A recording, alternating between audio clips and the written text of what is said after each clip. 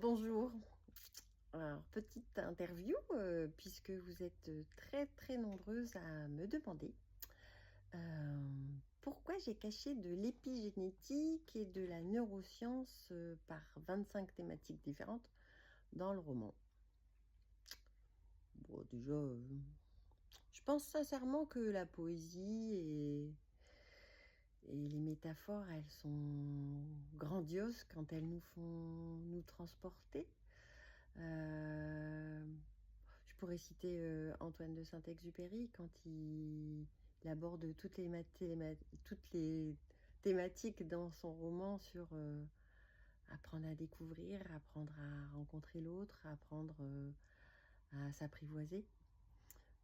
Ça, c'est quand même des super thématiques. Et elles sont quand même 1000 fois mieux avec un petit dessin et un mouton qu'on peut imaginer, qui du coup correspond à tout le monde.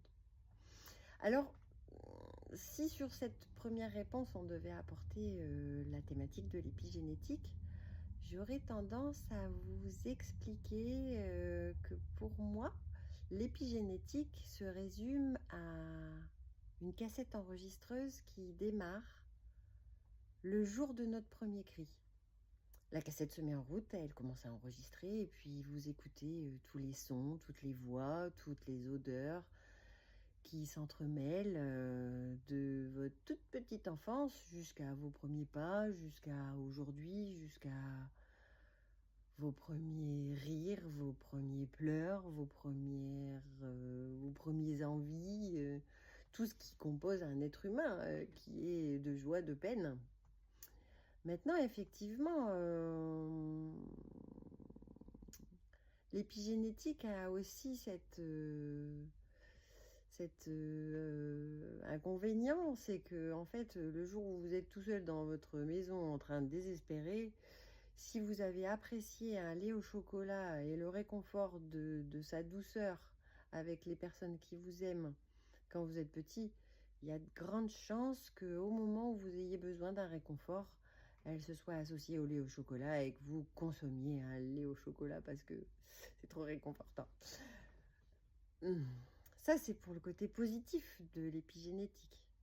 Ensuite, le revers de la médaille, c'est que effectivement, si la vie vous a malheureusement entouré de personnes toxiques qui n'étaient pas très sympas pour votre petit être ou l'adolescent ou le préadolescent que vous pouviez être, effectivement, ça peut, ça peut être un mauvais guide, une mauvaise boussole quand on est dans un couloir où on traverse le désert.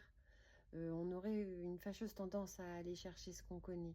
Donc forcément à aller chercher des personnes qui pourraient être toxiques et s'en accommoder. Je connais pas un enfant qui n'ait pas envie de pardonner à une maman qui n'ait pas eu le temps ou qui n'ait pas eu les mots ou qui n'ait pas eu les gestes positifs.